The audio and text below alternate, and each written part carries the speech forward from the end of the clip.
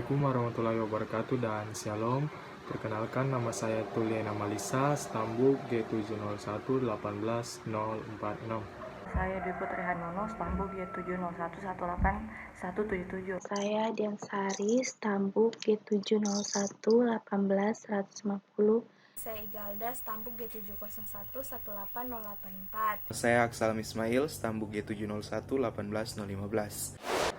Ya, jadi dalam video ini kami dari kelompok 2 akan menjelaskan tentang percobaan 4 yang berjudul antipiretik dari praktikum metode farmakologi. Oke, langsung saja.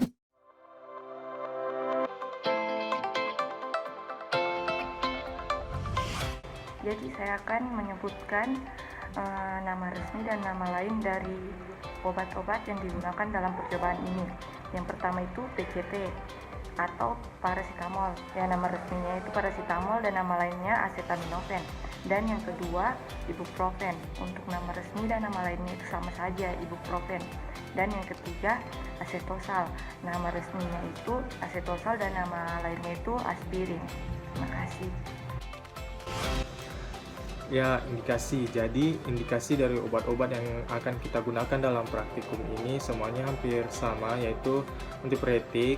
Jadi, yang pertama itu ada paracetamol. Paracetamol indikasinya yaitu penurun demam dan pereda nyeri.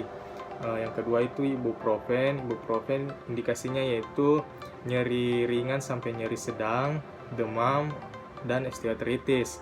Untuk aspirin itu indikasinya yaitu sama juga, nyeri ringan sampai nyeri sedang, demam, dan untuk penggunaan lainnya yaitu trombus vena dalam.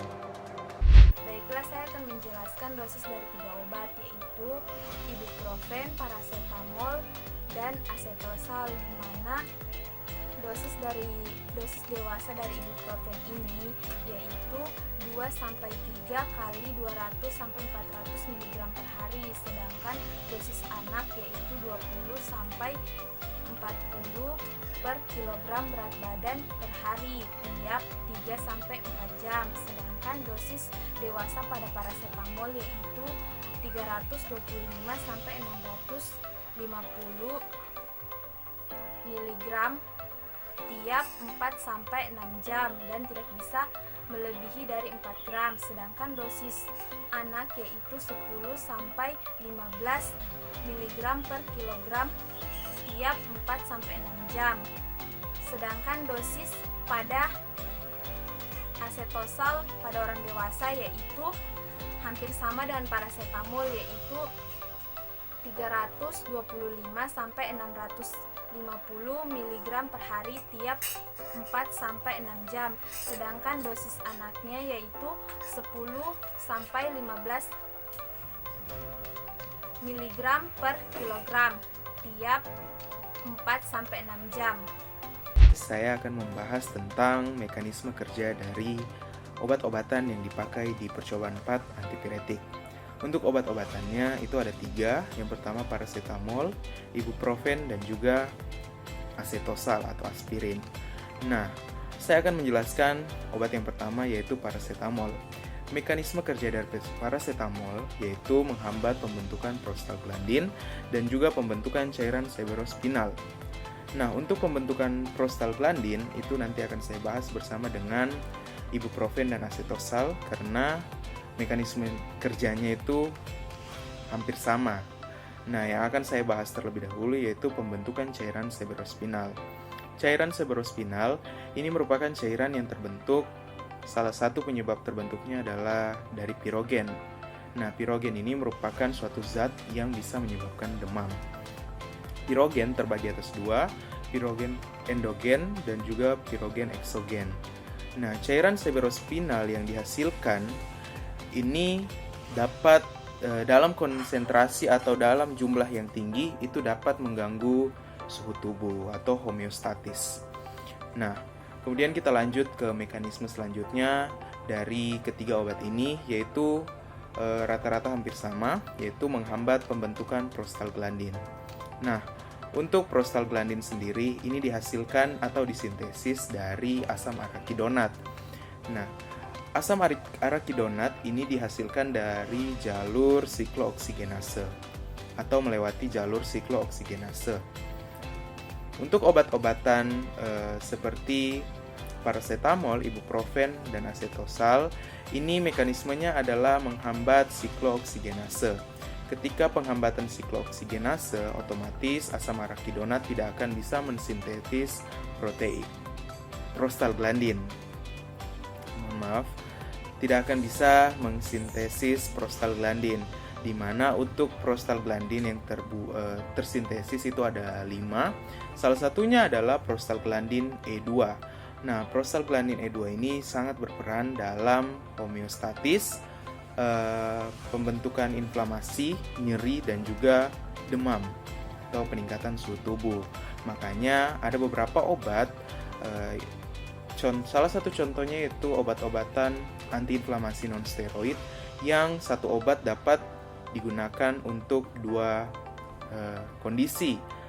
Contohnya analgesik dan antipiretik, karena pada dasarnya mekanisme kerja dari obat-obatan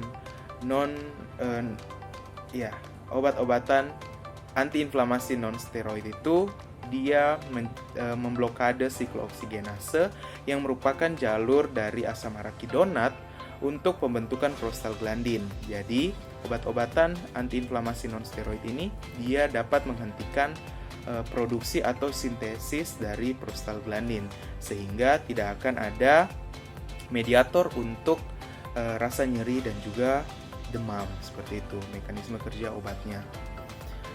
Untuk beberapa obat yang digunakan dalam pembentukan untuk mengobati demam ini, dia juga bukan hanya untuk demam, tetapi beberapa kondisi lain juga.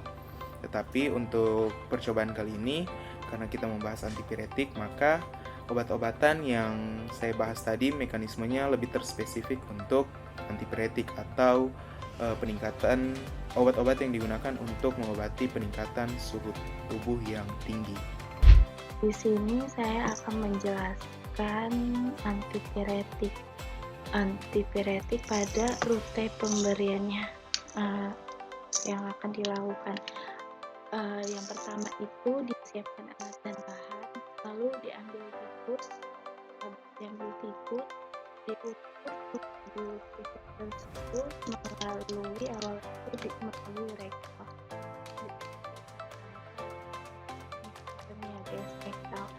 Terus diberikan lagi secara suputan.